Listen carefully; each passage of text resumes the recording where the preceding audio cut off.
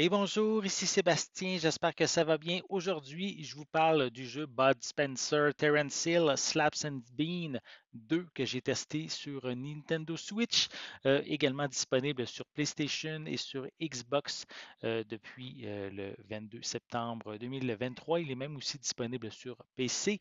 Donc, en fait, Bud Spencer Terence Hill, ce sont deux acteurs qui ont eu un lot de films qu'ils ont tournés principalement dans les années 60, 70 et 80.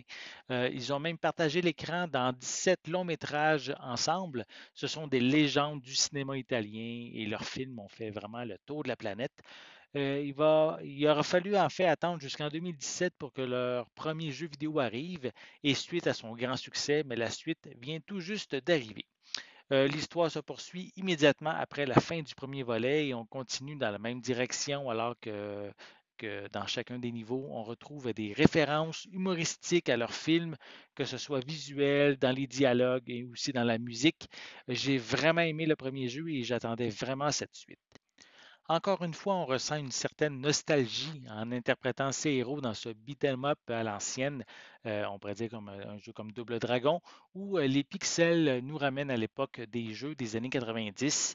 Cet opus propose également des segments où le duo doivent travailler ensemble pour progresser. Par exemple, il faut que Terence Hill active un chariot élévateur pour que Bud Spencer embarque dedans pour aller le rejoindre. Ça change un peu le gameplay, ça propose quelques éléments aussi de réflexion intéressants. Quand on joue seul, mais il faut passer d'un personnage à l'autre lors de ces segments. Et évidemment, si on joue à deux, mais il faut aussi se coordonner. En solo, le second personnage est contrôlé par l'intelligence artificielle et le mode 2 joueurs, lui, est seulement en local.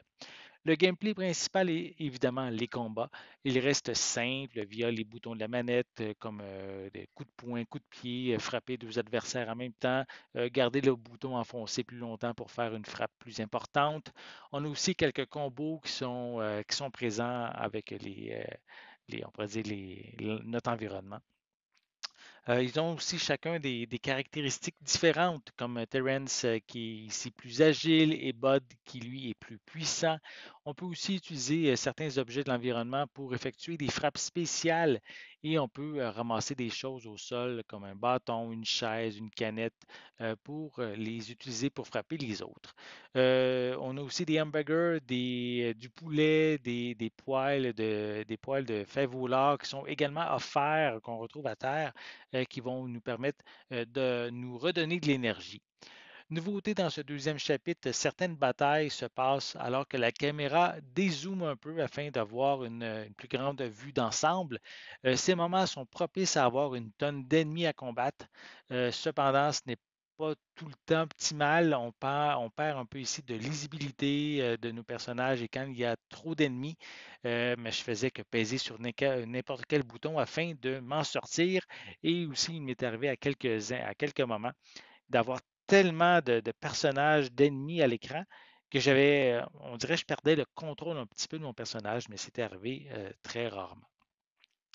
On a également des mini-jeux qui sont aussi de retour à différents moments dans les niveaux.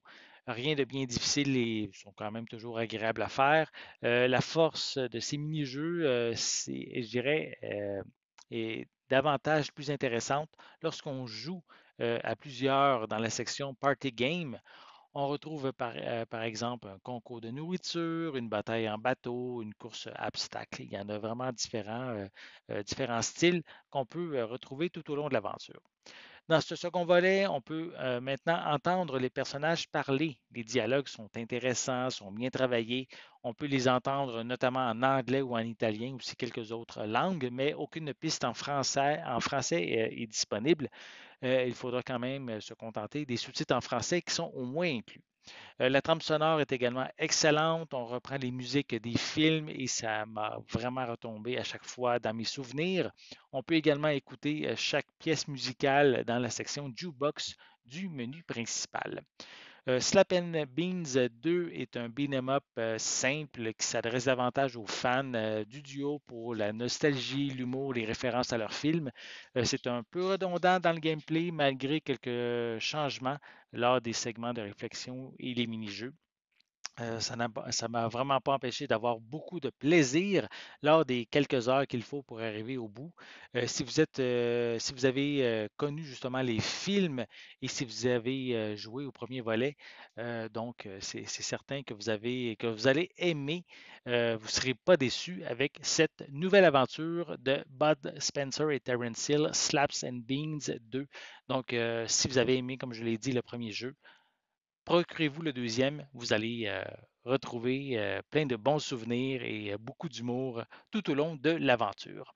J'espère que vous avez aimé cette vidéo. Si c'est le cas, n'hésitez pas à mettre un pouce en l'air, à laisser des commentaires. Dites-moi justement, est-ce que vous aimez Terence Hill, Bud Spencer? Avez-vous joué au premier jeu? Avez-vous envie d'essayer ce deuxième volet?